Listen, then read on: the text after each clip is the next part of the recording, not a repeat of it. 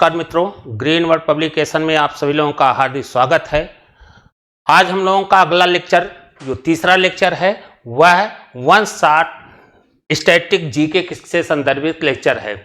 और पिछले टॉपिक में हम लोगों ने जो पढ़ा था वह जीके के संदर्भ में ब्रिटिश हुकूमत की भूमि व्यवस्था को पढ़ा था। जैसे वहाँ का रैयतवाड़ी कैसी थी, महालवाड़ी कैसी थी और सहायक संधियां कैसी, यह सारे टॉपिक। और उसी के क्रम में आज हम लोगों का जो टॉपिक है वह राष्ट्रीय आंदोलन से बहुत सारे जीके के जो प्रश्न बनते हैं वह टॉपिक होगा। तो चलिए क्लास को शुरू करते हैं। आज का अगला टॉपिक ध्यान दीजिएगा, बहुत ही महत्वपूर्ण टॉपिक है यह आपका। यहां आप देखिए, भारत के प्रमुख वायसराय और उनके कार्य क्या थे। तो भारत के प्रमुख वायसराय के संदर्भ में जब हम पढ़ते हैं तो पहला सा प्रश्न बनता है कि भारत के वायसराय के अंतर्गत नाम आ जाता है लॉर्ड कैनिंग का। किसका नाम आ जाता है? लॉर्ड कैनिंग का। तो भारत के प्रमुख वायसराय को पढ़ने के संदर्भ में हम लोग चलिए शुरू करते हैं। Lord Canning. अब लॉर्ड कैनिंग का शासनकाल क्या था और इनके शासनकाल में क्या क्या परिवर्तन हुए, कौन कौन से बिंदु आए, यह थोड़ा सा नजर रखना पड़ता है। तो आइए हम लोग देखते हैं कि लॉर्ड कैनिंग के संदर्भ में, Lord Canning viceroy Lord Canning. Lord Canning का जो शासनकाल था, इनका जो कार्य का पीरियड था वह 1856 से लेकर के 1862 का पीरियड में। 1856 से लेकर के कब तक था? 1862 का पीरियड था। और यहां जो घटनाओं पर अगर देखें तो महत्वपूर्ण घटनाएं इनके पीरियड में क्या होती हैं, तो याद रखिएगा इन्हीं के शासनकाल में 1857 की क्रांति होती है। क्या होती है? 1857 की क्रांति। 1857 की क्रांति इनके वायसराय के काल में हो रहा है। लॉर्ड कैनिंग के शासनकाल में 1857 की क्रांति होती है। और रानी विक्टोरिया की घोषणा, दूसरा रानी विक्टोरिया की, रानी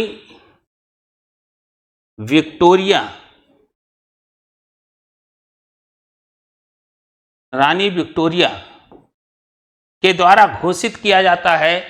शासन सत्ता व्यापार से हट करके क्राउन के पास जाता है। तो रानी विक्टोरिया की घोषणा, और भारत रानी विक्टोरिया की घोषणा की जाती है। रानी विक्टोरिया के द्वारा यहां घोषित किया जाता है। घोषणा क्या होती है? अब शासन का जो संचालन है वह व्यापार से हटकर राज मुकुट के अंतर्गत, रानी सामग्री के अंतर्गत शासन व्यवस्था लागू करने का कार्य किया जाता है। और इसी समय एक संवैधानिक एक्ट पारित होता है जिसे कहा जाता है भारत सरकार अधिनियम। भारत सरकार अधिनियम, भारत सरकार अधिनियम, भारत सरकार अधिनियम 1858। भारत सरकार अधिनियम 1858। रानी विक्टोरिया की घोषणा के बाद अधिनियम पारित होता है जिसे क्या नाम दिया गया? भारत सरकार अधिनियम 1858। तीसरा महत्वपूर्ण बिंदु है लॉर्ड कैनिंग के शासनकाल में कि इन्हीं के शासनकाल में विधवा पुनर्विवाह अधिनियम पारित किया गया। इन्हीं के शासनकाल में क्या पारित हो रहा है? विधवा पुनर्विवाह अधिनियम। विधवा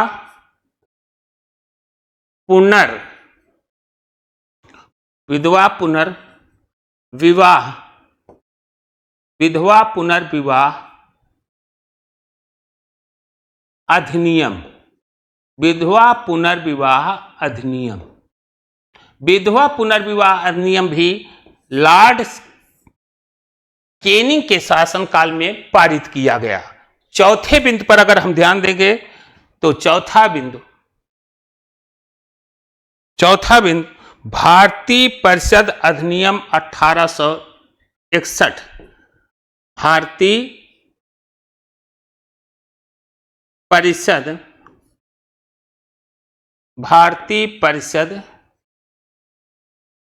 अधिनियम, भारतीय परिषद अधिनियम 1861 पारित किया गया। भारतीय परिषद अधिनियम 1861। और बहुत महत्वपूर्ण प्रश्न है कि भारतीय दंड संहिता कहने का मतलब आईपीसी, भारतीय दंड संहिता। पांचवा बिंदु पर हम आए। पांचवा बिंदु है भारतीय दंड संहिता, भारतीय दंड संहिता 1860, भारतीय दंड संहिता 1860 पारित किया गया है। तो भारत के प्रमुख आयसरों में पहला हमने क्या नाम लिया? Lord Canning. तो आप देख रहे हैं कि लॉर्ड कैनिंग के शासनकाल का जो पीरियड है 1856 से 1862 के तहत, इसमें महत्वपूर्ण 1857 की जब क्रांति होती है तो इस क्रांति के फलस्वरूप राज सत्ता का संचालन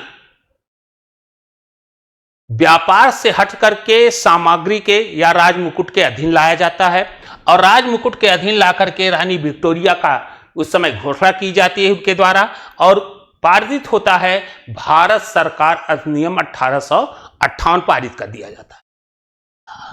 और इन्हीं के शासनकाल में विधवा पुनर्विवाह अधिनियम पारित किया जाता है और नया एक्ट आता है भारतीय परिषद अधिनियम 1858 और आईपीसी भारतीय दंड इंडियन पैनल कोड भारतीय दंड संहिता पारित किया जाता है, बनाया जाता है, जो कब 1860 के अंतर्गत। यह प्रमुख वायसराय में पहले वायसराय की यहां हमने चर्चा की।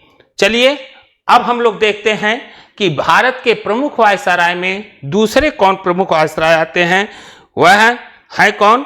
तो चलिए दूसरे वायसराय की हम यहां चर्चा करते हैं। भारत के प्रमुख वायसराय में दूसरे वायसराय की हम यहां चर्चा करते हैं, जॉन लॉरेंस।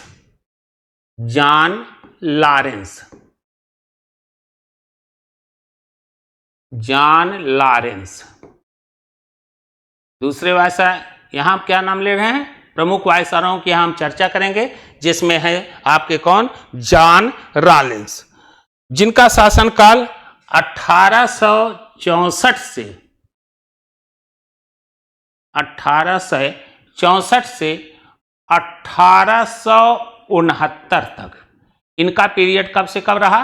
1864 से 1869 के बीच इनका शासन काल रहा। किसका? जॉन लॉरेंस का। और इनके शासन काल में सबसे महत्वपूर्ण जो घटना है वहां आप देखेंगे, पहली घटना है भूटान का युद्ध। किसके?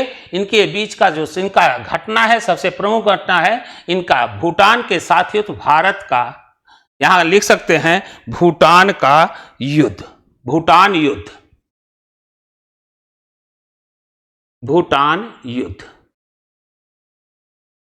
युद्ध कब किसके शासन काल में हो रहा है? जॉन लॉरेंस के शासन काल में। और पीरियड को अगर जाना चाहें तो यह युद्ध हो रहा है 1865 में। यह युद्ध कब हो रहा है? 1865 में भूटान का युद्ध। और दूसरी महत्वपूर्ण बात है कि बंबई, कलकत्ता, मद्रास में उच्च न्यायालयों का गठन किया गया। किसके शासनकाल में? जॉन लॉरेंस के वायसराय के पीरियड में, इनके शासन में पहला गांव कौन कौन सा? कलकत्ता, बंबई, कलकत्ता, मुंबई और मद्रास में उच्च न्यायालय का गठन किया गया।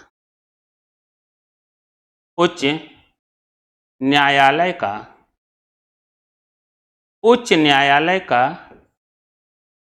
गठन। कलकत्ता, मुंबई, मद्रास में उच्च न्यायालय का गठन किया गया और यह गठन है 1865 के तहत। इसके साथ 1865 वायसराय कौन थे? जॉन लॉरेंस थे। वायसराय कौन थे? John Lawrence. और तीसरा महत्वपूर्ण, अकाल आयोग का भी गठन किया गया।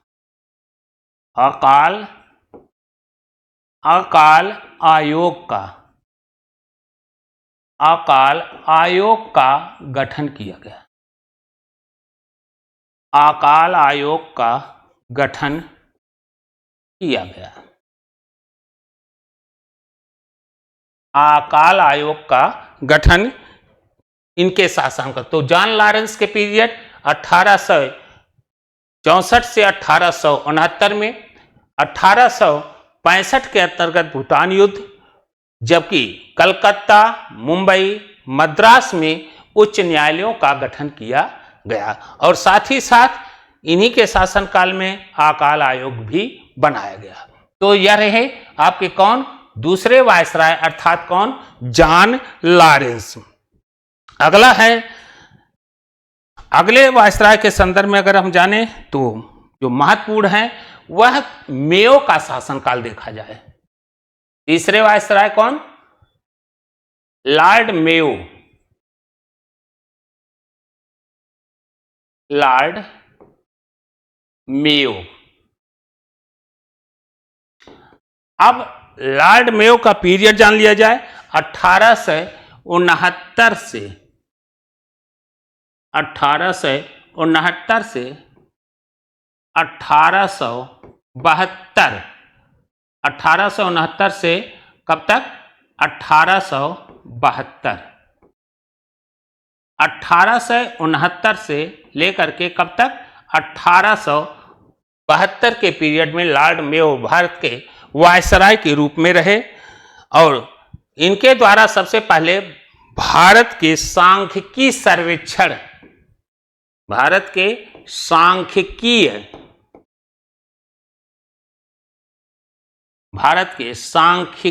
सर्वेक्षण,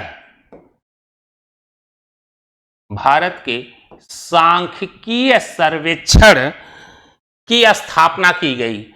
सांख्यिकी सर्वेक्षण की क्या की जा रही है? स्थापना।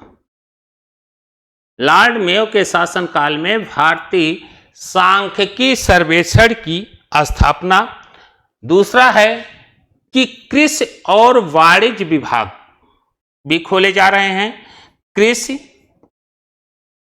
एवं वाणिज्य विभाग, कृषि एवं वाणिज्य विभाग की भी स्थापना की जा रही है। कृषि एवं वाणिज्य विभाग, सांख्यिकी सर्वेक्षण की स्थापना, भारतीय सर्वेक्षण की स्थापना और कृषि एवं वाणिज्य विभाग। और तीसरा जो काफी महत्वपूर्ण क्वेश्चन है, प्रायः पूछा जाता है, इंपॉर्टेंट क्वेश्चन है, आईएमपी के तहत दिया जाए, तो तीसरा जो बहुत महत्वपूर्ण क्वेश्चन है कि इन्हीं के शासनकाल में जनगणना कराई जाती है। भारत की पहली जनगणना कहा जा सकता है।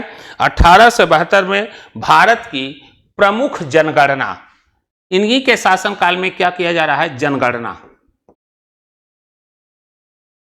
इन्हीं के शासनकाल में जनगणना कराई जाती है या जनगणना की शुरुआत होती है। तो यह शासनकाल कब तब तक रहा? लॉर्ड मेयो का 1869 से 1872 तक, जिसमें सांख्यिकी सर्वेक्षण की स्थापना, वाणिज्य विभाग, वाणिज्य एवं कृषि विभाग बनाए जाते हैं। साथ ही साथ भारत में पहली बार जनगणना की शुरुआत हो रही है। और शासन कौन है, वायसराय कौन है, लॉर्ड मेयो। लॉर्ड, अगला है लॉर्ड लिटन। अगले वायसराय आपके कौन हैं, अगले वायसराय हैं लॉर्ड लिटन।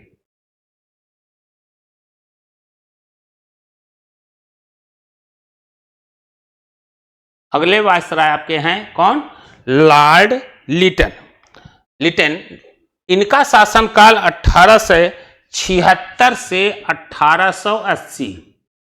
इनका शासनकाल कब से कब तक है, 1876 से लेकर के 1880, 1876 से लेकर के 1880 के बीच में लॉर्ड लिटन का भारत के वायसराय के पद पर आसीन हुए। और रॉयल टाइटल अधिनियम, इनके यहां सबसे पहला इनका कार्य क्या है, royal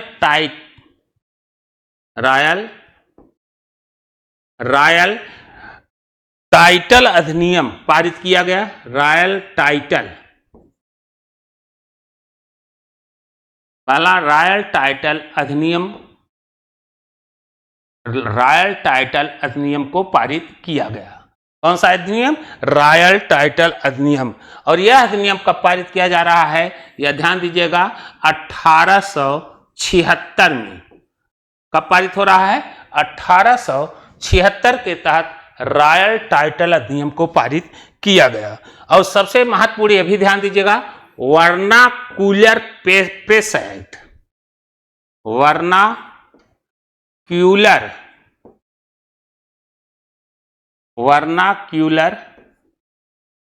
press act. Vernacular press act पारित होता है 1878 के तहत। लॉर्ड लिटन के शासनकाल में वर्नाक्यूलर, जो काफी इंपॉर्टेंट है, ध्यान दीजिएगा, काफी इंपॉर्टेंट क्वेश्चन है परीक्षा की दृष्टि से, वर्नाक्यूलर प्रेस एक्ट 1878। इसके बाद भारतीय शस्त्र अधिनियम, भारतीय शस्त्र अधिनियम, भारतीय शस्त्र अधिनियम। अब भारतीय शस्त्र अधिनियम भी 1878 के ही तहत लाया गया। 1878 के तहत ही लाया गया भारतीय शस्त्र अधिनियम। और इन्हीं के पीरियड में, लिटन के ही शासनकाल में, दूसरा अफगान युद्ध शुरू होता है। दूसरा अफगान युद्ध लॉर्ड लिटन के ही शासनकाल में शुरू होता है, जो चला था 1878 से लेकर के, कहा जाए 1878 से लेकर के चला 1880 के बीच। 1878 से लेकर कब तक, 1880 के बीच। 1878 में पहली बार अकाल आयोग की नियुक्ति हुई। 1878 में पहली बार किसकी, अकाल आयोग की नियुक्ति।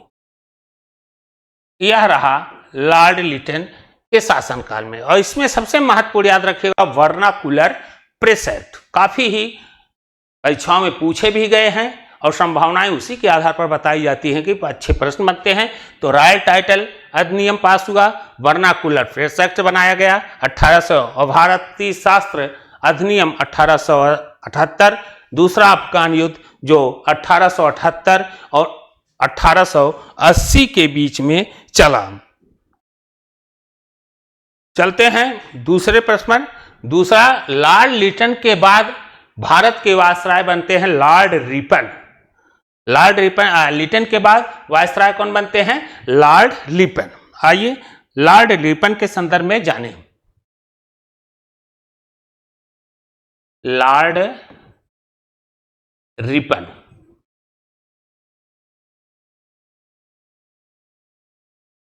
लॉर्ड रिपन के बाद इनका शासनकाल 1880 से लेकर के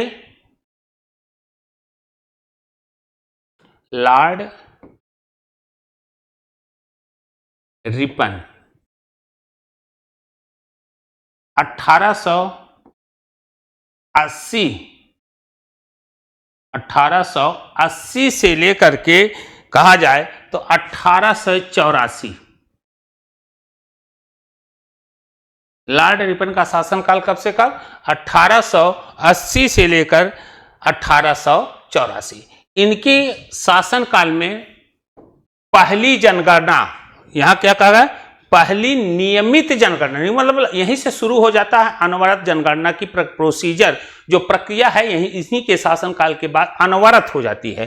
तो अनवरत मतलब नियमित जनगणना, वहां जनगणना था, यहां क्या कह रहा है? नियमित जनगणना की शुरुआत होती है। लॉर्ड रिपन के शासनकाल में नियमित जनगणना, नियमित जनगणना, नियमित जनगणना, जनगणना, नियमित जनगणना। तो किसके शासनकाल में? लॉर्ड रिपन के शासनकाल में नियमित जनगणना जो होती है कब? 1881 में नियमित जनगणना की शुरुआत होती है।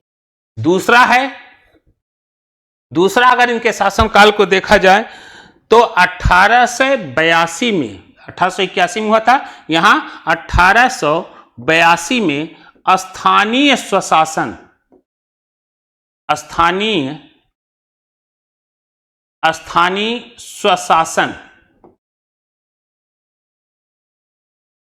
स्थानीय स्वशासन की शुरुआत होती है। 1881 में क्या किया जा रहा है? स्थानीय स्वशासन, और हंटर आयोग का भी गठन किया जा रहा है। रिपन के शासनकाल में हंटर आयोग, रिपन के शासनकाल में क्या बना? हंटर आयोग। और यह एक महत्वपूर्ण प्रश्न होता है, इल्बर्ट विवाद, इल्बर्ट विवाद, इल्बर्ट विवाद। लॉर्ड रिपन शासनकाल में है इल्बर्ट बिल पारित होता है, और इल्बर्ट बिल विवाद के नाम से जाना जाता है। यह विवाद किसके? इल्बर्ट बिल विवाद के नाम से जाना जाता है। और लॉर्ड रिपन के अपने उदार कार्यों के काने, उदार कार्य के देखिए, यहां क्या? नियमित जनगणना आई, स्थानीय स्वशासन का बात आ गई, और इल्बर्ट बिल विवाद भी इन्हीं के शासनकाल में होता है, इन्हीं की वायसराय के पीरियड में होता है। और इसी सब इन उदार कार्यों की वजह से इन्हें भारत में अगर देखा जाए तो रिपन को भारत के उद्धारक की संख्या दी जाती है। रिपन को भारत में उद्धारक की संज्ञा दी जाती है। रिपन को भारत का उद्धारक कहा गया, भारत का उद्धारक, भारत का उद्धारक कहा गया, या उद्धारक की संज्ञा दी गई।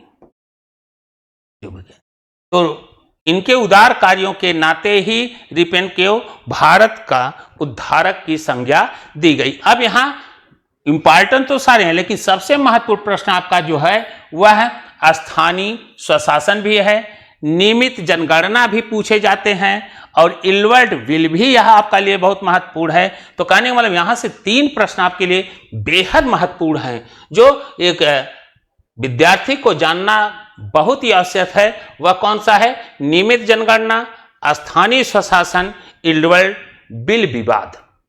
तो चलते हैं अब अगले वायसराय के संदर्भ में हम लोग समझते हैं। यहां आप देखिए, अगले वायसराय के संदर्भ में जानने का प्रयास करते हैं। तो अगले वायसराय आपके हैं डफरिन, डफरिन। अगले वायसराय आपके कौन है? डफरिन।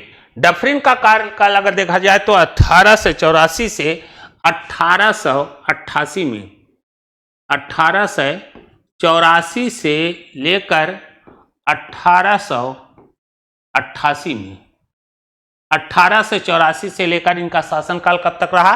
1888 में। सबसे पहली बात कि इन्हीं के शासनकाल के लॉर्ड डफरिन के ही शासनकाल में, लॉर्ड डफरिन के ही शासनकाल में 1885 में भारतीय राष्ट्रीय कांग्रेस की स्थापना हुई। भारतीय राष्ट्रीय कांग्रेस की, भारतीय राष्ट्रीय कांग्रेस की स्थापना हुई। इन्हीं के शासनकाल में भारतीय राष्ट्रीय कांग्रेस की क्या हो रही है? स्थापना हो रही है। किसके? Lord Dufferin. 1885 में स्थापना है। और दूसरा इनके जीवन बर्मा युद्ध, लॉर्ड डफरिन के ही शासनकाल में बर्मा युद्ध होता है। बर्मा युद्ध, बर्मा युद्ध जो चला है वह 1885 से लेकर कब तक? यही है 1885 से लेकर के 1888 के बीच। 1800, तो यहां का जो बहुत महत्वपूर्ण क्वेश्चन है, आप इस पर देखिएगा। 1885 से भारतीय राष्ट्रीय कांग्रेस की स्थापना लॉर्ड डफरिन के शासनकाल में होती है। अगला है लॉर्ड कर्जन। लॉर्ड डफरिन के बाद हम देखते हैं अगले वायसराय होते हैं Lord Curzon. Lord Curzon, Lord Curzon का शासनकाल 1899 से लेकर के 1905 के बीच। भारत के वायसराय कौन रहे? Lord Curzon. और लॉर्ड कर्जन के शासनकाल में सबसे पहला ध्यान दीजिएगा, सिंचाई आयोग की स्थापना की जा रही है। लॉर्ड कर्जन के शासनकाल में सिंचाई आयोग भी बनाया गया। सिंचाई आयोग, लॉर्ड कर्जन के शासनकाल में क्या बना? सिंचाई आयोग। और दूसरा महत्वपूर्ण प्रश्न है कि इन्हीं के शासनकाल में पुलिस आयोग, पुलिस आयोग भी बनाया गया। सिंचाई आयोग और पुलिस आयोग बनाया गया। विश्वविद्यालय अधिनियम भी पारित किए गए।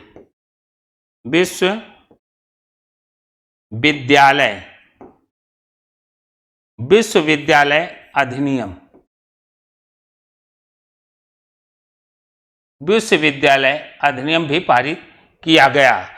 किसके शासनकाल में? लॉर्ड कर्जन की। कलकत्ता में लॉर्ड विक्टोरिया हॉल का निर्माण किया गया। कलकत्ता में लॉर्ड विक्टोरिया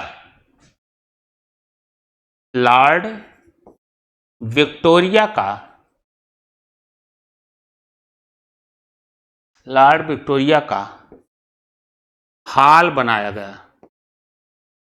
लॉर्ड विक्टोरिया का हॉल बनाया गया। कलकत्ता में लॉर्ड विक्टोरिया का हॉल बनाया। और सबसे भारतीय पुरातत्व विभाग की भी स्थापना हुई। भारतीय पुरातत्व विभाग की भी, भारतीय पुरातत्व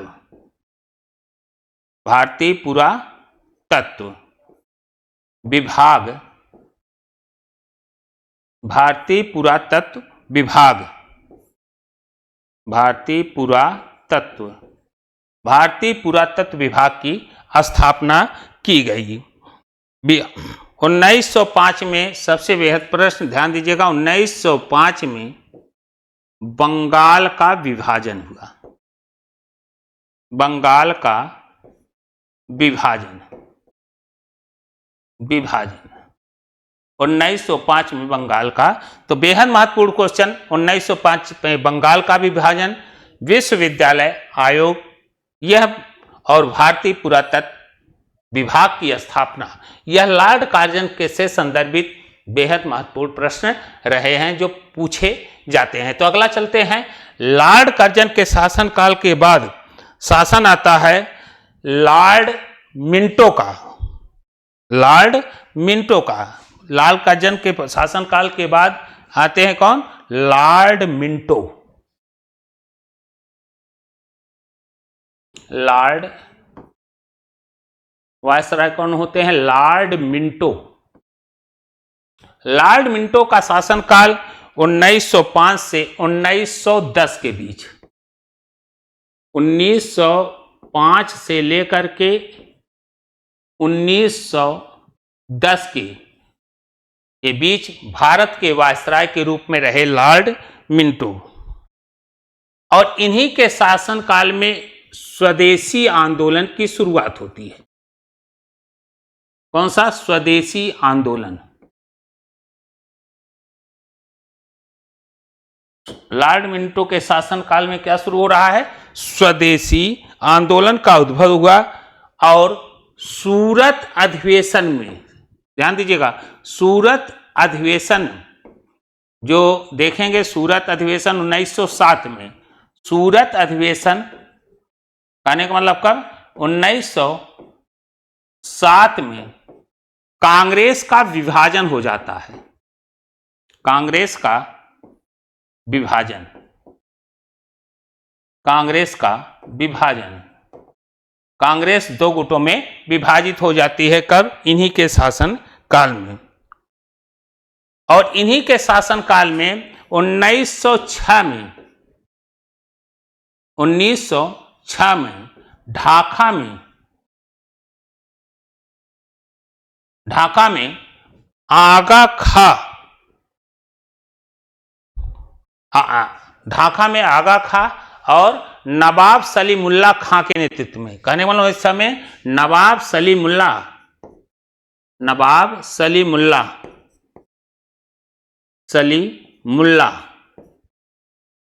सलीमुल्लाह एवं आगा खां के नेतृत्व में, आगा खां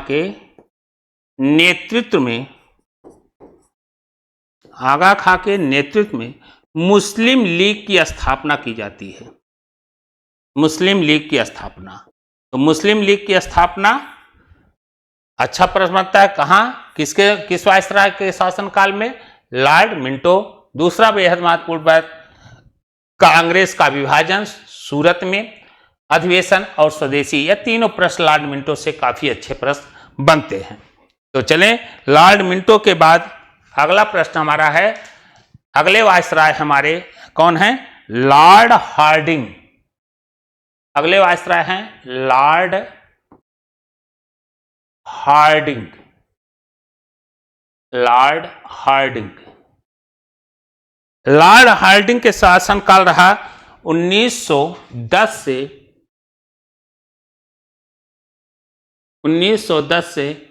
1916 के बीच। लॉर्ड हार्डिंग का शासनकाल कब से कब? 1910 से 1910, 1910 से लेकर 1916 में बंगाल के विभाजन को लॉर्ड हार्डिंग के वायसराय के काल में बंगाल विभाजन को रद्द कर दिया। वहां जो बंगाल 1905 में बंगाल का विभाजन हुआ था, यहां आप देखेंगे कि बंगाल के विभाजन को क्या कर दिया गया? बंगाल के विभाजन को रद्द कर दिया गया।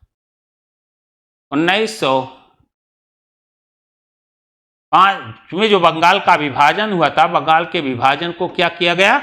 रद्द कर दिया गया।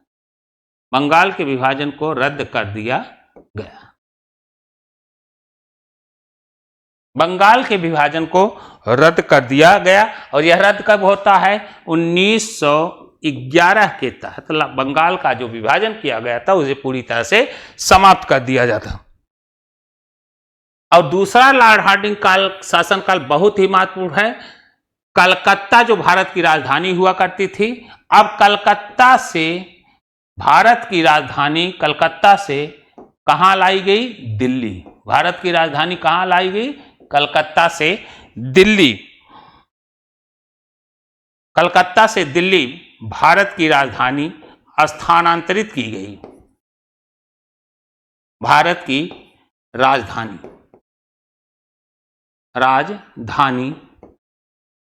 स्थानांतरित की गई।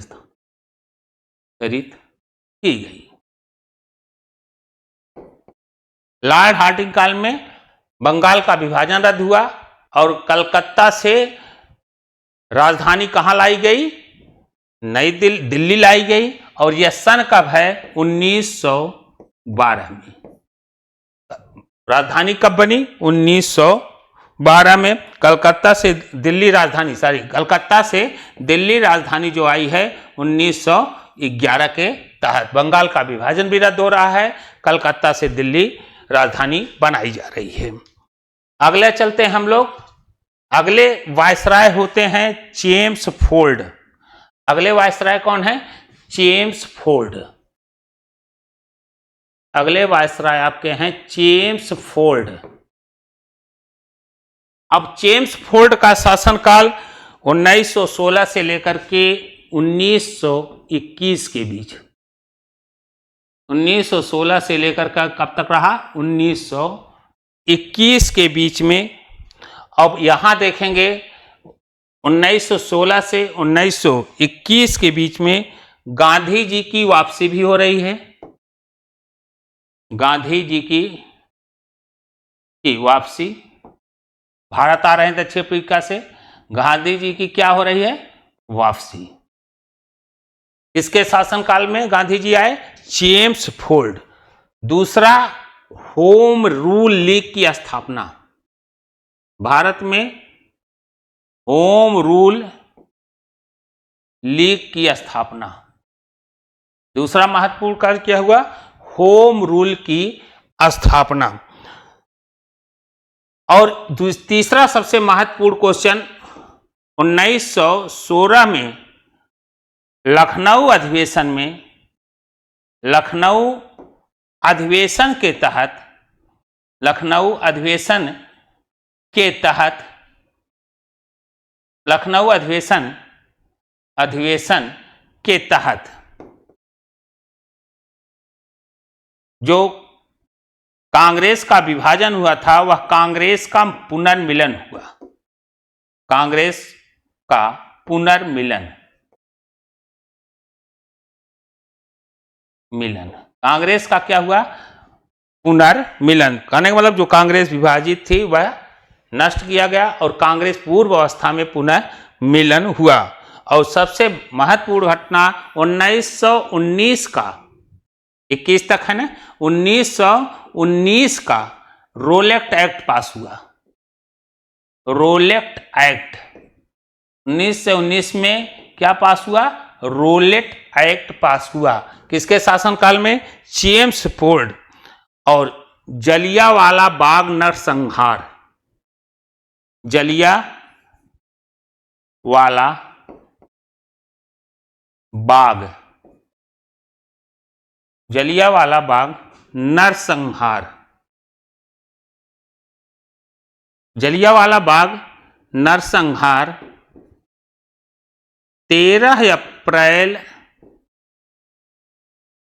अप्रैल 1919 को हुआ।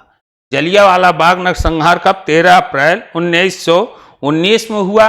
और इसी समय लॉर्ड चेम्सफोर्ड के ही शासन काल में खिलाफत एवं असहयोग आंदोलन, खिलाफत एवं असहयोग आंदोलन, खिलाफत एवं असहयोग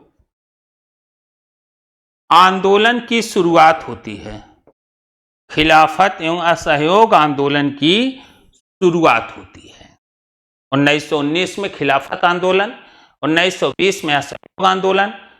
वही तुर्की के खलीफा के पद को समाप्त होने की वजह से, खलीफा का पद समाप्त हुआ तो भारत के मुस्लिम अंग्रेजों से क्षुब्ध हुए और क्षुब्ध होकर के उनके खिलाफ एक खिलाफत आंदोलन चलाया, मुस्लिमों के द्वारा चलाया गया, जिसका अध्यक्ष बनाया गया महात्मा गांधी को। और महात्मा गांधी इसी को आगे खिलाफत का ही नाम बदल करके असहयोग आंदोलन में की तरफ बढ़े। और यही असहयोग आंदोलन चौरी चौरा कांड जो 1920 में शुरू हुआ था, आगे बढ़ते हुए चौरी चौरा कांड की घटना होने के कारण स्थगित कर दिया गया। लेकिन हमारा यहाँ ध्यान केवल कहाँ रहना चाहिए? वायसराय के संदर्भ में, चेम्सफोर्ड। अगला शासनकाल है रीडिंग महोदय का। अगले वायसराय होते हैं लॉर्ड रीडिंग। अगले वायसराय हमारे कौन है? Lord reading. लॉर्ड रीडिंग का शासनकाल 1921 से, लॉर्ड रीडिंग का 1921 से 1926 तक, 1921 के बीच में 1926 में। अब देखिए, अभी भी बताए 5 फरवरी 1900 चौरा का घटना होता है। तो लॉर्ड रीडिंग के ही शासनकाल में चौरी चौरा कांड होने की फलस्वरूप, या आप कह सकते हैं चौरी चौरा की घटना हुई। चौरी चौरा, चौरी चौरा की घटना। चौरी चौरा की घटना किसके शासनकाल में हुई, किस वायसराय के समय में हुई? Lord reading. 1922 चौरी चौरा की घटना 4 फरवरी 1922 में। और इन्हीं के लॉर्ड रीडिंग के ही शासनकाल में मोतीलाल नेहरू एवं चित्तरंजन दास के नेतृत्व में, चित्तरंजन दास के नेतृत्व में स्वराज पार्टी का गठन किया गया। स्वराज पार्टी का गठन किया गया। लॉर्ड रीडिंग के ही शासनकाल में चौरी चौरा घाट के फलस्वरूप यहां मोतीलाल नेहरू एवं चित्तरंजन दास के नेतृत्व में एक स्वराज पार्टी का गठन किया गया। और तीसरी, राष्ट्रीय स्वयं सेवक संघ। राष्ट्रीय स्वयं सेवक संघ, राष्ट्रीय स्वयं सेवक संघ, जिसके सर संचालक बी हेडगेवार,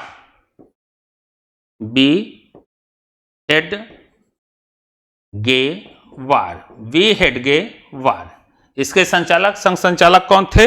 बी हेडगेवार द्वारा राष्ट्रीय स्वयं सेवक संघ की स्थापना हो रही है 1925 में। कब की जा रही है? 1925 में इसकी स्थापना की गई।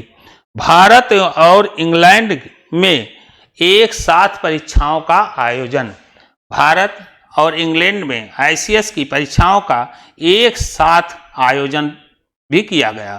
भारत और अंग्रेजों के बीच अंग्रेजों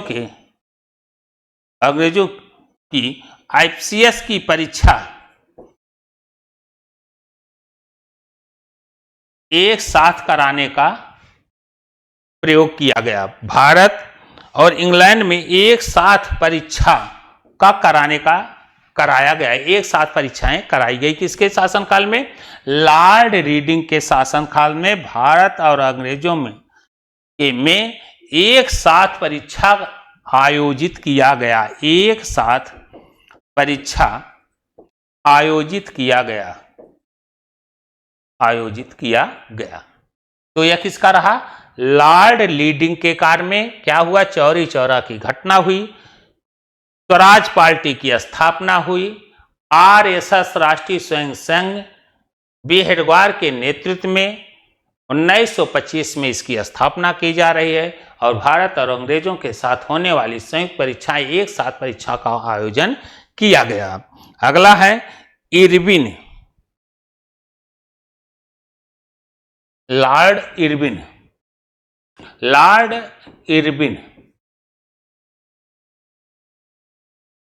लॉर्ड इरविन का शासनकाल 1921 से 1931 के बीच।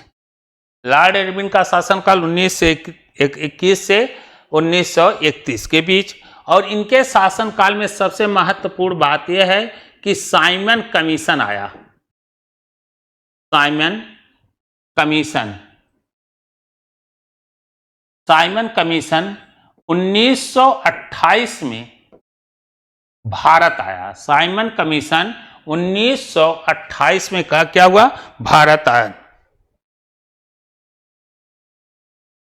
लाहौर सत्र, इन्हीं के शासनकाल में लाहौर सत्र, लाहौर अधिवेशन, लाहौर अधिवेशन, लाहौर अधिवेशन जहां पूर्ण स्वराज की मांग की गई थी पंडित जवाहरलाल नेहरू के अध्यक्षता में। लाहौर अधिवेशन हुआ कब, 1929 में, 1929 में लाहौर अधिवेशन। और इसी अधिवेशन में पूर्ण स्वराज की मांग भी रखी गई, पूर्ण स्वराज की मांग भी रखी गई। किस अधिवेशन में, लाहौर अधिवेशन में। और लॉर्ड इरविन के शासनकाल में प्रथम गोलमेज सम्मेलन का भी आयोजन किया गया। प्रथम गोलमेज सम्मेलन, प्रथम गोलमेज सम्मेलन का आयोजन किया गया। और Gandhi Irwin pact, Gandhi Irwin समझौता या गांधी इरविन पैक्ट 1931 इन्हीं के शासनकाल में हुआ। किसके, लॉर्ड इरविन के शासनकाल में। अगले हैं लॉर्ड लिनलिथगो। अगले वायसराय कौन है, लॉर्ड लिनलिथगो। लॉर्ड लिनलिथगो,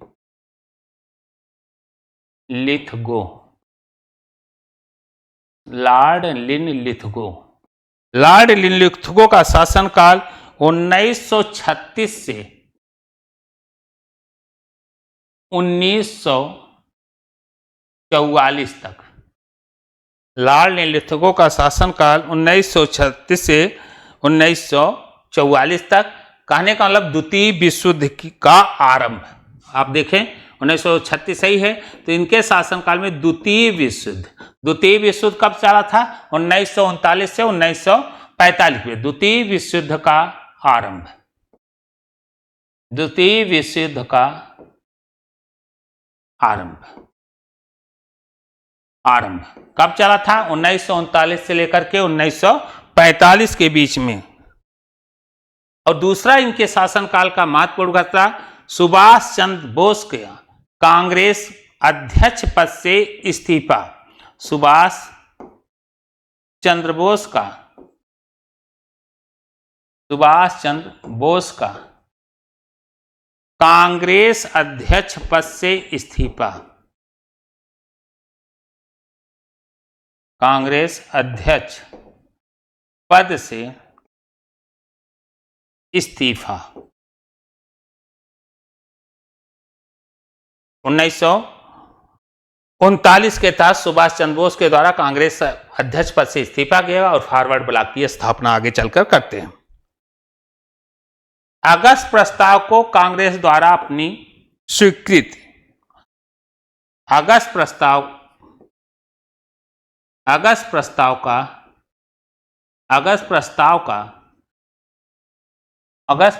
का कांग्रेस द्वारा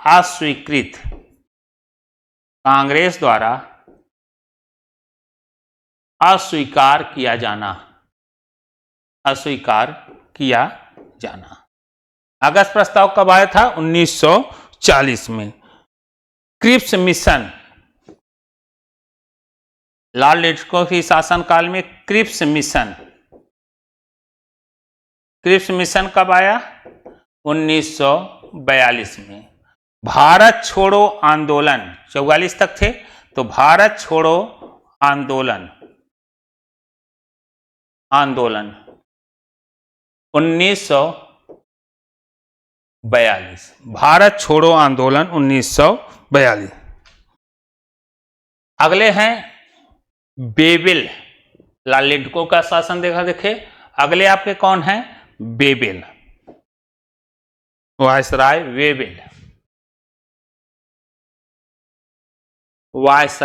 बेबिल। इनके शासनकाल 1944 से लेकर के 1947 लॉर्ड वेवेल का शासनकाल 1944 से लेकर कब तक रहा? 47। श्री राजगोपालाचार्य द्वारा, श्री राजगोपालाचार्य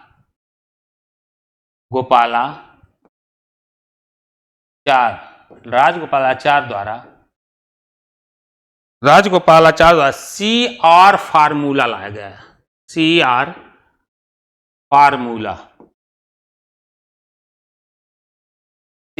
फार्मूला लाया गया। राजगोपालाचारी द्वारा क्या लाया गया? CR formula. और इन्हीं के शासनकाल में शिमला सम्मेलन हुआ।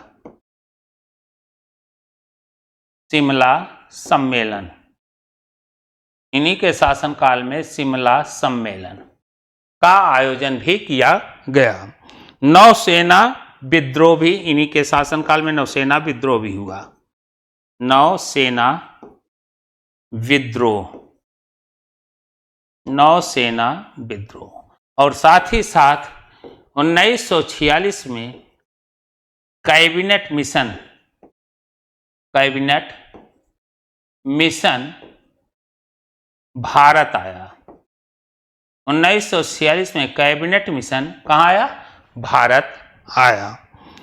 अंतरिम सरकार और सीधी कार्यवाही दिवस। अंतरिम सरकार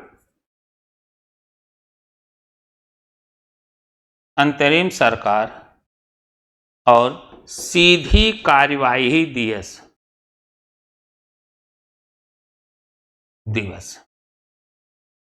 अंतरिम सरकार और सीधी कार्यवाही दिवस।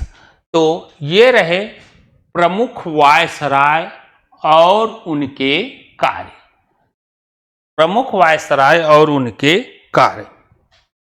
अब यहां आप देख रहे हैं कि लिखा गया भी है कि भारत में कुछ प्रमुख संगठन हैं और इस संगठन के संस्थापक और उनकी स्थापना कब हुई है।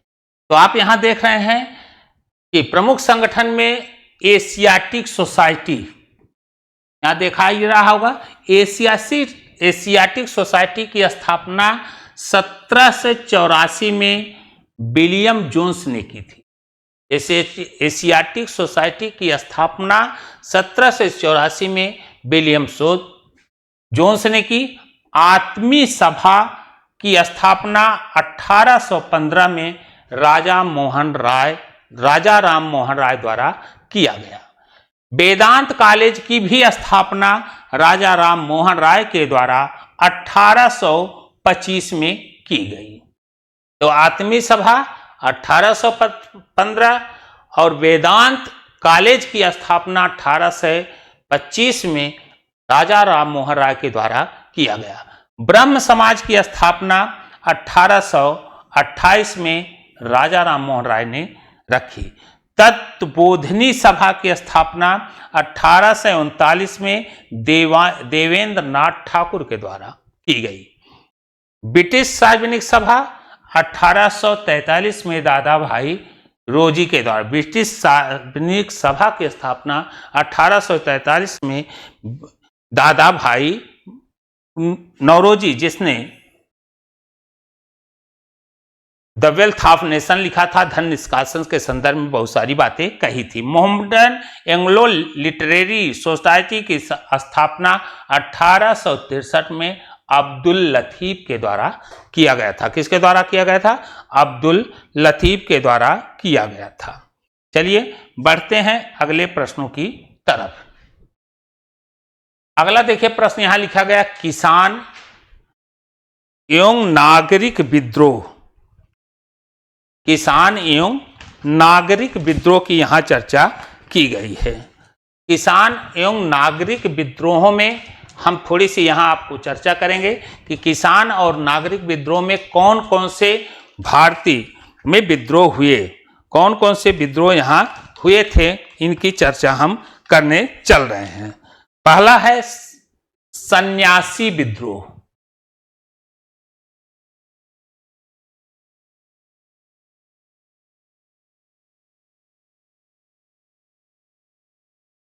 पहला हमारा क्या है? सन्यासी। पहला विद्रोह है सन्यासी विद्रोह।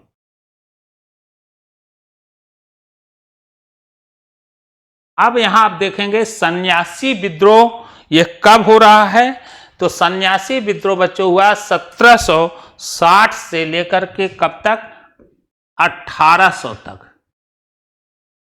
1760 से लेकर, फिर से देखें, 1760 से लेकर 1800 के बीच को हम किस नाम से, कौन सा विद्रोह हुआ था, सन्यासी विद्रोह। और इस सन्यासी विद्रोह का जो महत्वपूर्ण केंद्र था वह था बंगाल और बिहार में। सन्यासी विद्रोह कहां हुआ था, बंगाल और बिहार में। बंगाल और बिहार में कब से कब था, 1760 से लेकर 1800 के बीच में सन्यासी विद्रोह हुआ, जिसका महत्वपूर्ण क्षेत्र था कहां, बंगाल और बिहार में। अगर इसके नेतृत्व पर हम जाएं कि सन्यासी विद्रोह का नेतृत्व किसने किया था, तो पंडित भवानी चरण पाठक। पंडित भवानी चरण, पंडित भवानी चरण पाठक। पंडित भवानी चरण पाठक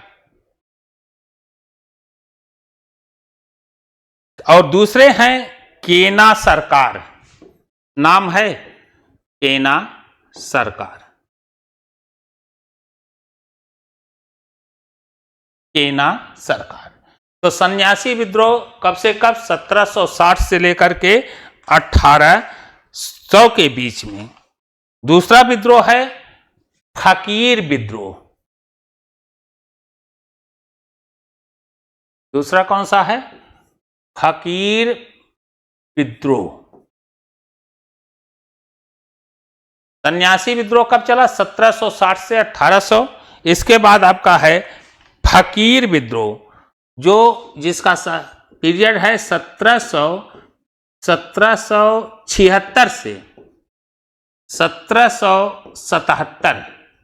1776 से लेकर के कब तक, 1777। इसका मुख्य केंद्र कहां था, तो इसका मुख्य केंद्र था, जो फकीर विद्रोह हुए वो कहां से शुरू हुए थे, यह शुरू हुए थे बंगाल से। फकीर विद्रोह कहां से शुरू हुए थे, बंगाल से। मजनून शाह एवं चिराग अली इसके नेतृत्वकर्ता कौन थे, मजनून शाह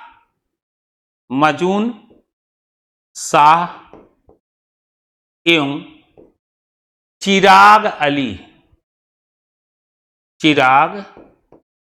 मजनून शाह और चिराग अली। तो कौन हुआ, सन्यासी विद्रोह। और दूसरा आपका क्या हुआ, फकीर विद्रोह। सन्यासी विद्रोह 1760 से लेकर 1800, फकीर विद्रोह 1776 से लेकर 77 तक हुआ। अगला है चेरो विद्रोह। अगला है चेरो विद्रोह। चेरो विद्रोह 1800 में। चेरो विद्रोह कब हुआ, यह चेरो विद्रोह आपका हुआ 1800 में। और इसका है झारखंड पलामू। इसका क्षेत्र कहां था, झारखंड पलामू। झारखंड पलामू के क्षेत्र में चेरा विद्रोह हुआ। और इस विद्रोह के नेता थे तिलका माझी। तिलका माझी इसके लीडर थे। तो सन्यासी विद्रोह, फकीर विद्रोह, चेरा विद्रोह एक महत्वपूर्ण विद्रोह के अंतर्गत हमने देखा। अगला आपका है पागलपंथी विद्रोह। अगला पागलपंथी विद्रोह। पागलपंथी विद्रोह। पागलपंथी विद्रोह की शुरुआत होती है 1813 से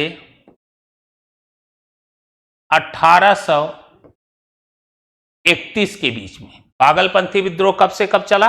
1813 से 1831 में। इसका महत्वपूर्ण केंद्र कौन था? इसका महत्वपूर्ण केंद्र था बंगाल। इसका महत्वपूर्ण केंद्र कहां था? इसका महत्वपूर्ण केंद्र था बंगाल। टीपू मीर इसके नेतृत्वकर्ता कौन थे? इसके पागलपंथी विद्रोह के नेतृत्वकर्ता थे टीपू मीर। पागलपंथी विद्रोह के नेतृत्व का अहोम विद्रोह। अहोम विद्रोह। अहोम विद्रोह का क्षेत्र था असम। अहोम विद्रोह का क्षेत्र कहां था? अहोम विद्रोह का क्षेत्र था असम। इसके नेतृत्व करता थे गोमधर कुंवर। इसके नेतृत्वकर्ता कौन थे? गोमधर कुंवर। अहोम विद्रोह का नेतृत्व का असम और गोमधर कुंवर। कोल विद्रोह। कोल विद्रोह। कोल विद्रोह। कोल विद्रोह का जो क्षेत्र था छोटा नागपुर। कोल विद्रोह का क्षेत्र था छोटा नागपुर। कोल विद्रोह का केंद्र था छोटा नागपुर, झारखंड। बुद्धू भगत इसके लीडर थे कौन? बुद्धू भगत। इसके लीडर थे बुद्धू भगत। बुद्धू भगत। कोल विद्रोह, अहोम विद्रोह, खासी विद्रोह। खासी विद्रोह। खासी विद्रोह असम में हुआ। खासी विद्रोह मेघालय में। खासी विद्रोह असम में नहीं बल्कि खासी विद्रोह कहां हुआ? खासी विद्रोह कहां हुआ? मेघालय में। खासी विद्रोह मेघालय में हुआ था और इसके लीडर थे तीरथ सिंह। तीरथ। खासी विद्रोह इसके लीडर थे तीरथ सिंह। खासी विद्रोह के लीडर थे तीरथ सिंह। नील विद्रोह। नील विद्रोह। अब नील विद्रोह जो होता है 1854 से 1862 के बीच। 1854 से कब तक? 1862 के बीच में नील विद्रोह, जिसका क्षेत्र है बंगाल एवं बिहार। नील विद्रोह का केंद्र कहां है? बंगाल और बिहार। दिगंबर विश्वास इसके लीडर हैं। दिगंबर विश्वास एवं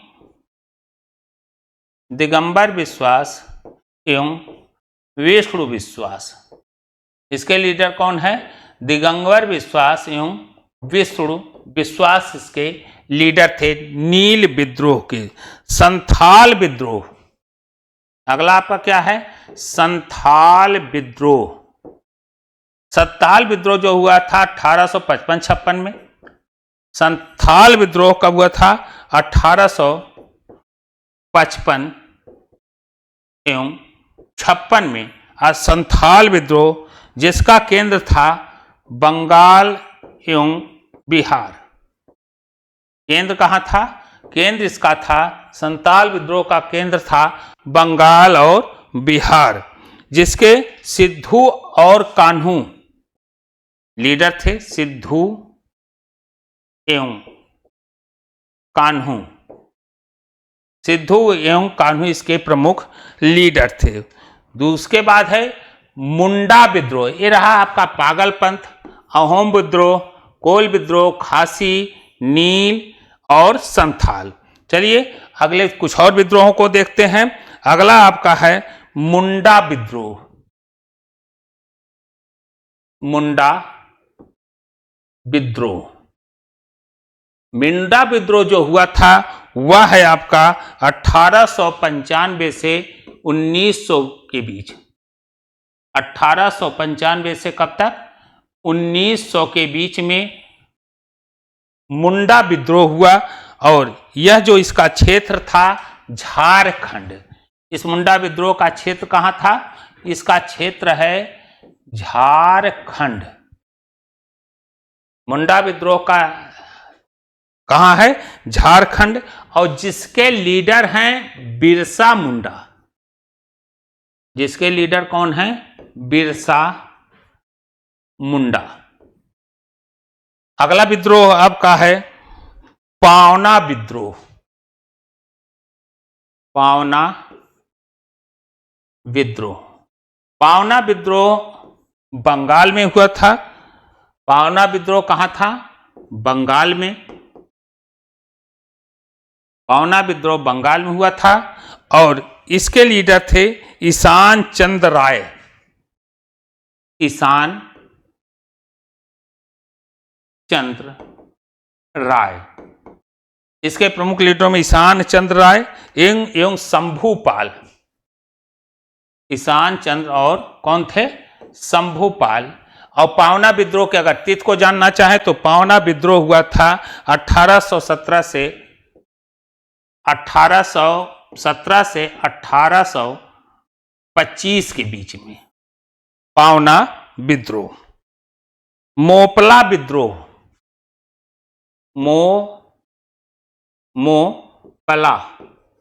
मोपला विद्रोह। मोपला विद्रोह 19 से 21 और 22 में कहां हुआ? केरल। मोपला विद्रोह 1921 से लेकर 2122 में केरल। अली मुसलियार इसके लीडर थे। अली मुसलियार। अली मुसलियार इसके प्रमुख लीडर थे। अगला है कूका विद्रोह। कूका विद्रोह आपका चला था पंजाब में। कूका विद्रोह कहां चला? कूका विद्रोह पंजाब में 1840 से लेकर 1872 के बीच में कूका विद्रोह, जिसके लीडर थे भगत जवाहर मल। जिसके लीडर कौन थे? जिसके लीडर कौन थे? जिसके लीडर थे भगत जवाहर मल। भगत जवाहर मल। भगत जवाहर मल कूका विद्रोह के लीडर थे। तो यह रहा है आपका किसान एवं नागरिक विद्रोह। यह कौन सा था? किसान एवं नागरिक विद्रोह। चलिए अगले पर चलते हैं। 1857 की महान क्रांति के प्रमुख केंद्र। 1857 की जो क्रांतियां हुई थी उसका प्रमुख केंद्र कौन से थे? तो चलिए देखते हैं 1857 के महत्वपूर्ण केंद्र। तो 1857 के महत्वपूर्ण केंद्रों में सबसे पहला हम नाम लेते हैं दिल्ली। 1857 की महत्वपूर्ण केंद्र कौन थी? दिल्ली। अब दिल्ली में इसके नायक कौन थे? 1857 की क्रांति के नायक कौन थे? इस क्रांति के नायक थे बहादुर शाह जफर और वक्त खां। बहादुर शाह जफर एवं वक्त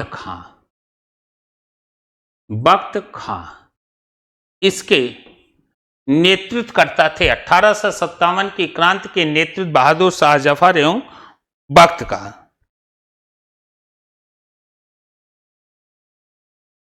अब इस विद्रोह को दबाने वाले कौन थे?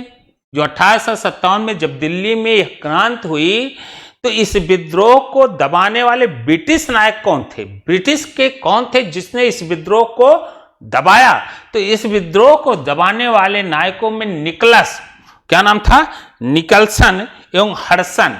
इस विद्रोह को दबाए किसके द्वारा, निकलसन, निकलसन एवं हडसन, हडसन, निकोलस एवं हडसन के द्वारा यह विद्रोह को, इस विद्रोह को कुचला गया।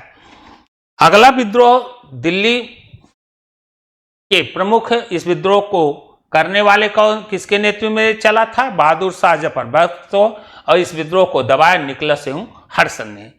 दूसरा 1857 का महत्वपूर्ण केंद्र था कानपुर, कानपुर, कानपुर, और इस विद्रोह के लीडर थे नाना साहब, नाना साहब, नाना साहब एवं तात्या टोपे, नाना साहब एवं तात्या टोपे। नाना साहब और तात्या टोपे इसके प्रमुख कर्ता थे, और इसको दबाया गया था कैंपबेल द्वारा, कैंपबेल द्वारा, कैंपबेल महोदय द्वारा इसे दबाया गया। कैंपबेल महोदय ने इसको, अंग्रेजी का कैंपबेल के द्वारा इस 1857 में जो कानपुर में क्रांति की थी, जिसके नेतृत्व में क्रांतियां हुई थी, थे कौन, नाना साहब और तात्या टोपे, और दबाया किसके द्वारा, कैंपबेल के द्वारा।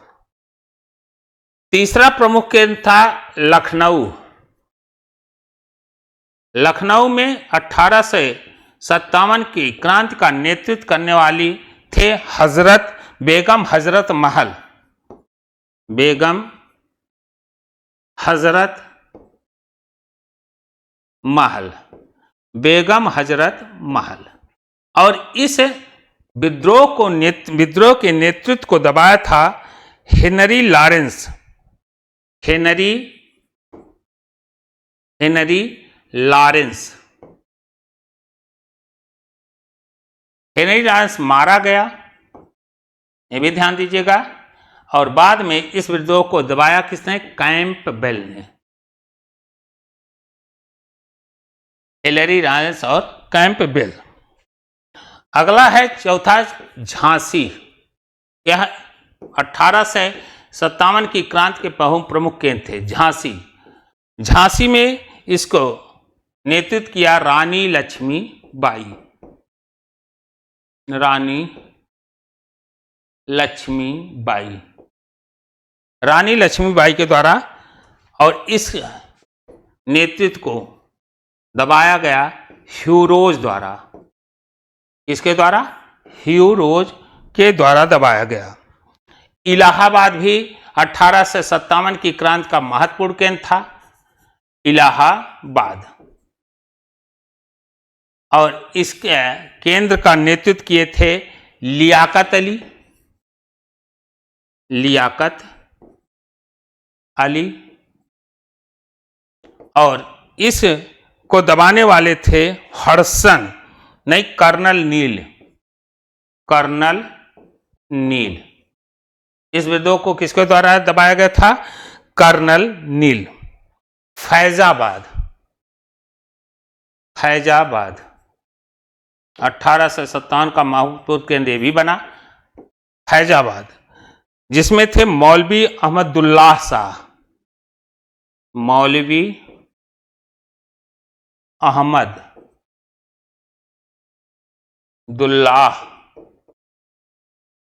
अहमदुल्लाह शाह।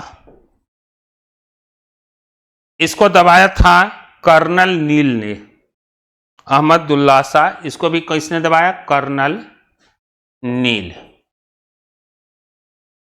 फैजाबाद मौलवी अहमद शाह, और दबाया किसके साथ गया, कर्नल नील। बरेली, बरेली खान बहादुर खां, खान बहादुर खां। इसको दबाया गया था हडसन के द्वारा। तो 1857 के महत्वपूर्ण केंद्र जहां यह क्रांतियां उभरी, दिल्ली, कानपुर, लखनऊ, झांसी, इलाहाबाद और फैजाबाद और बरेली में, और इसको दबाने वाले ब्रिटिश के लोग थे, और इस आंदोलन के नेतृत्वकर्ता भारत के, जिसके नेतृत्व में 1857 की क्रांतियां हुई थी। तो चलिए बढ़ते हैं अगले प्रश्न पर।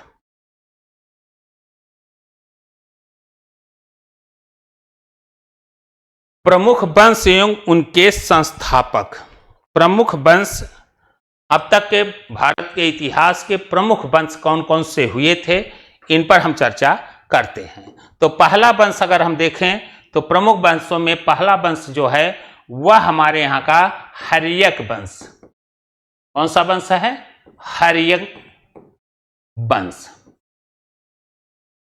हर्यक वंश यह पहला वंश है जिसके संस्थापक थे बिंबिसार। जिसके संस्थापक कौन थे?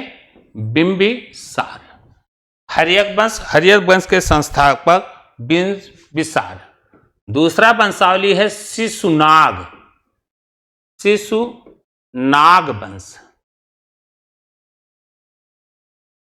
शिशुनाग वंश के संस्थापक थे शिशुनाग।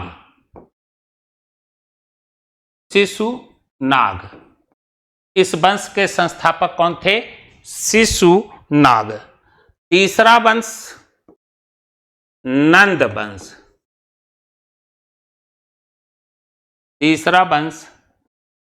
वंश। नंद वंश के संस्थापक महापद्मनंद।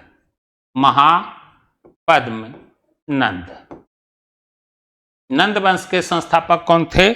महापद्मनंद। इस नंद वंश के बाद आता है मौर्य वंश।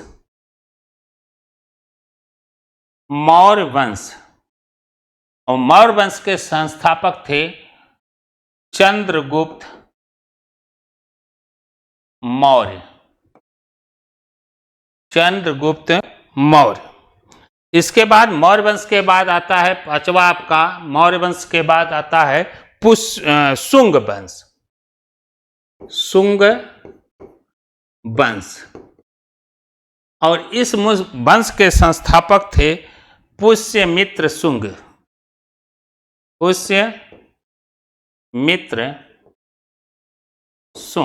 इस वंश के संस्थापकों में कौन थे? पुष्यमित्र शुंग। छठा है कैरव वंश।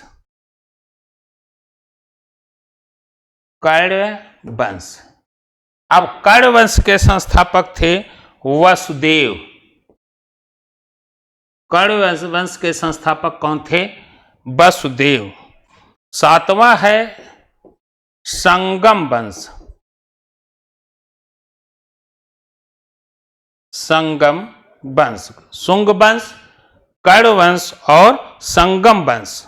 और संगम वंश के संस्थापक थे हरिहर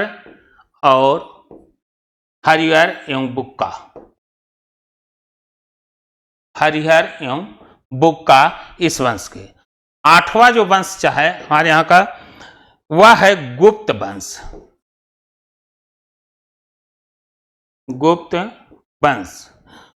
वंश के संस्थापक थे श्रीगुप्त। गुप्त वंश के संस्थापक कौन हैं? गुप्त वंश के संस्थापक हैं श्रीगुप्त। इसके बाद आपका आता है पल्लव वंश।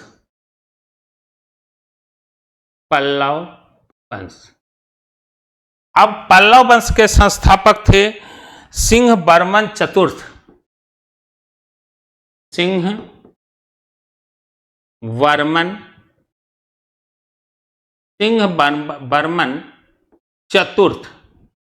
पल्लव वंश के संस्थापक थे सिंहवर्मन चतुर्थ। चोल वंश, पल्लव वंश के बाद चोल वंश। चोल वंश। अब चोल वंश के संस्थापक थे विजयालय। विजयालय। चोल वंश के विजयालय। चोल वंश के संस्थापक कौन थे? विजयालय। राष्ट्रकूट वंश।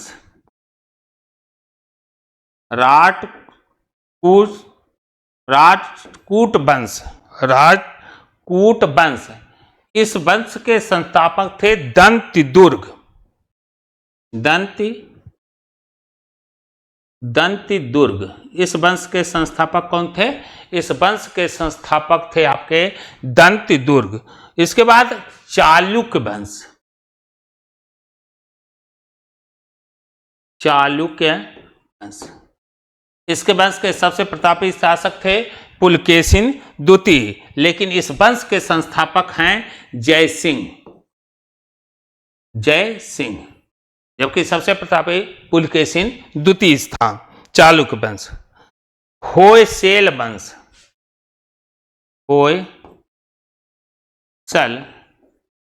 होयसल वंश। होयसल वंश के संस्थापक थे विष्णुवर्धन। विष्णुवर्धन। होयसल के संस्थापक कौन थे? होयसल वंश के संस्थापक थे विष्णुवर्धन। पाल वंश। इस वंश के संस्थापक थे गोपाल। पाल वंश के संस्थापक कौन थे? गोपाल। पाल के बाद गुर्जर प्रतिहार। गुर्जर प्रतिहार। इस वंश के शासक थे नागभट्ट प्रथम। नागभट्ट प्रथम। नागभट्ट प्रथम। इसके बाद आपका है चौहान वंश। चौहान वंश। अब चौहान वंश के शासक थे प्रथम। चौहान वंश के प्रथम का जो शासक थे हैं वह वासुदेव।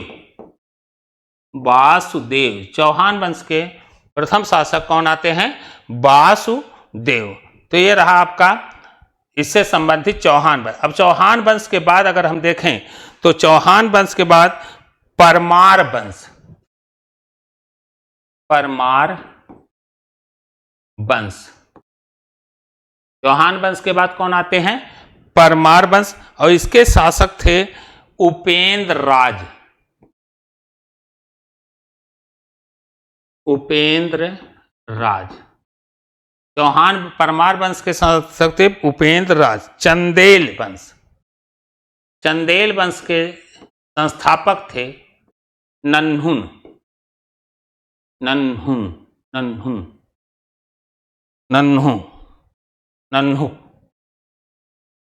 चंदेल वंश। इसके बाद आपका गुलाम वंश। गुलाम वंश। गुलाम वंश के संस्थापक थे कुतुबुद्दीन ऐबक। कुतुबुद्दीन ऐबक। इसके बाद खिलजी वंश। ये आप पढ़ चुके हैं, बताया गया है। गुलाम के वंश बाद खिलजी वंश। तो कितने इसमें शासक हैं जिसके संस्थापक थे जलालुद्दीन खिलजी। जलालुद्दीन खिलजी। गुलाम वंश, खिलजी वंश। इसके बाद तुगलक वंश। तुगलक वंश। इसके संस्थापक थे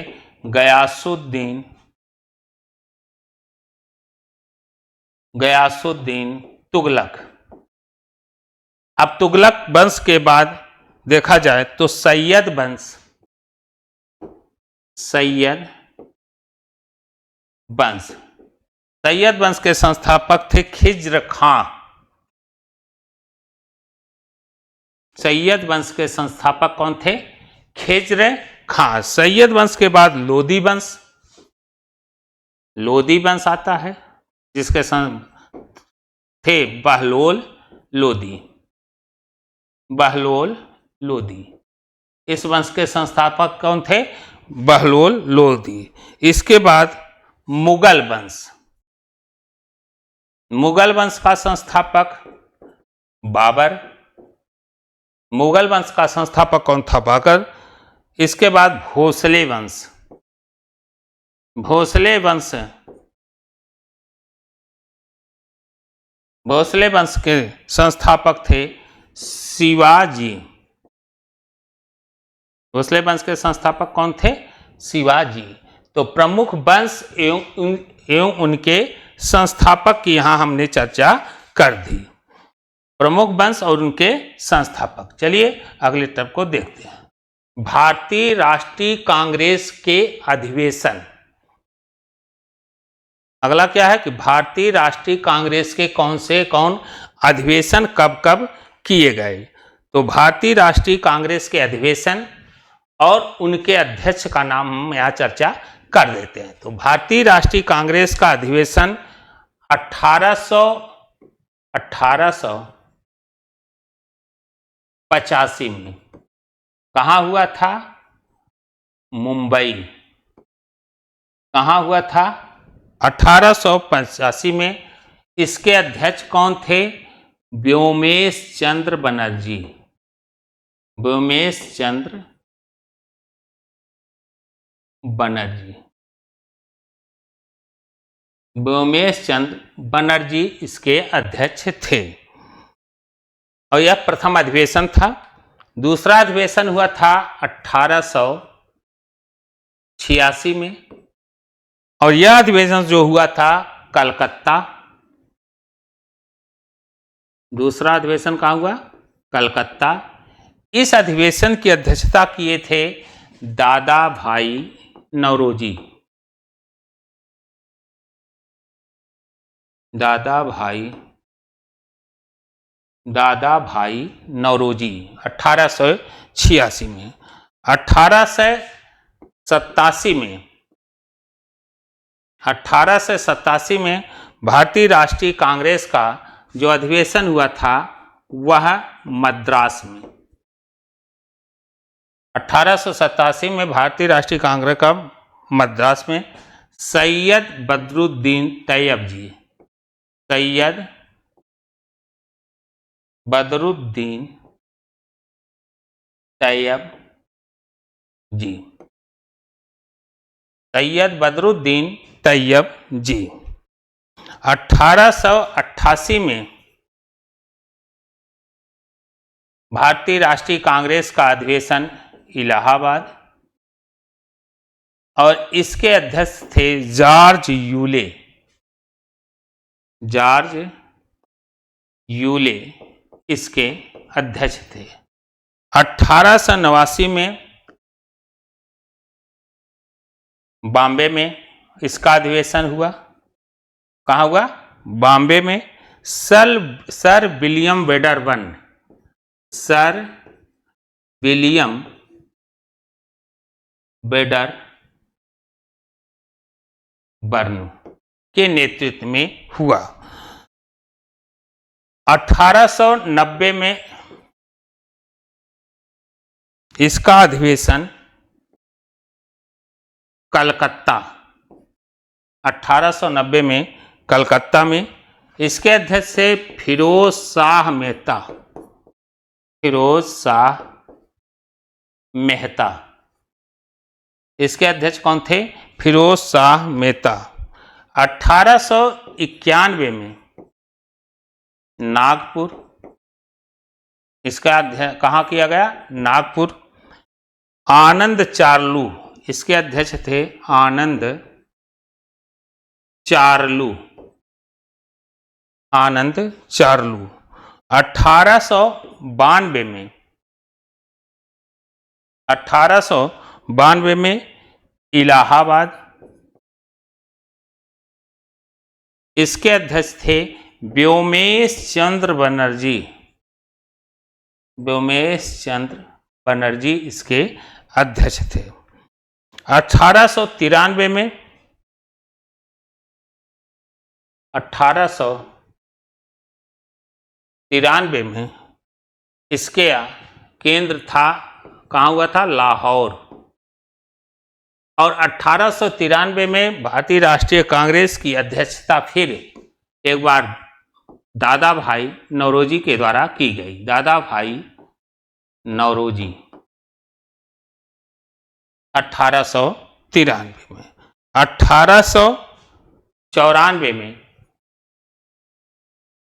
1894 में मद्रास अल्फ्रेड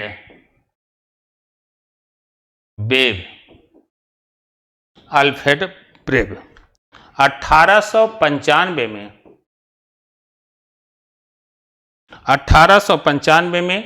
कलकत्ता। 1895 में कहा हुआ कलकत्ता रहीमतुल्लाह के द्वारा किया गया। रहीमतुल्लाह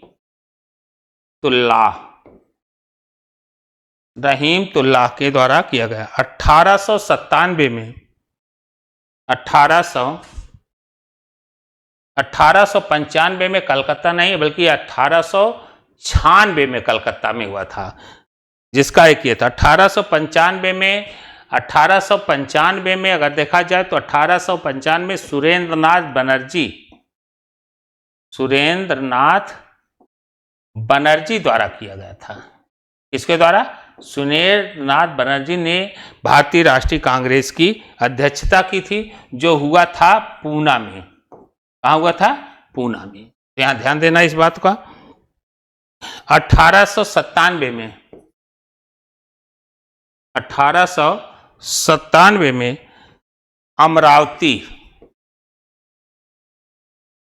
अमरावती में भारतीय राष्ट्रीय एस.सी. शंकरन द्वारा भारतीय राष्ट्रीय कांग्रेस की। 1898 में मद्रास में भारतीय राष्ट्रीय कांग्रेस की स्थापना हुआ, जिसमें आनंद मोहन बोस इसके अध्यक्ष रहे। आनंद मोहन बोस। 1899 में इसका अधिवेशन हुआ लखनऊ। 1899 लखनऊ में हुआ। रमेश चंद्र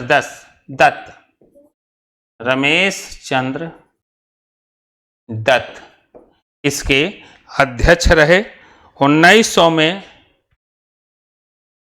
आज 1900 तक हम भारतीय राष्ट्रीय कांग्रेस पर चर्चा कर रहे हैं, शेष अगले पर चर्चा की जाएगी।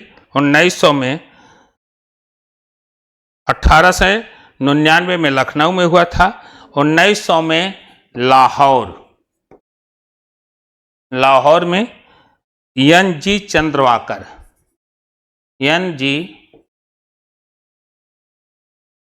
चंद्रवाकर ये रहे भारतीय राष्ट्रीय कांग्रेस की, जहां तक हमने चर्चा की थी 1900 तक।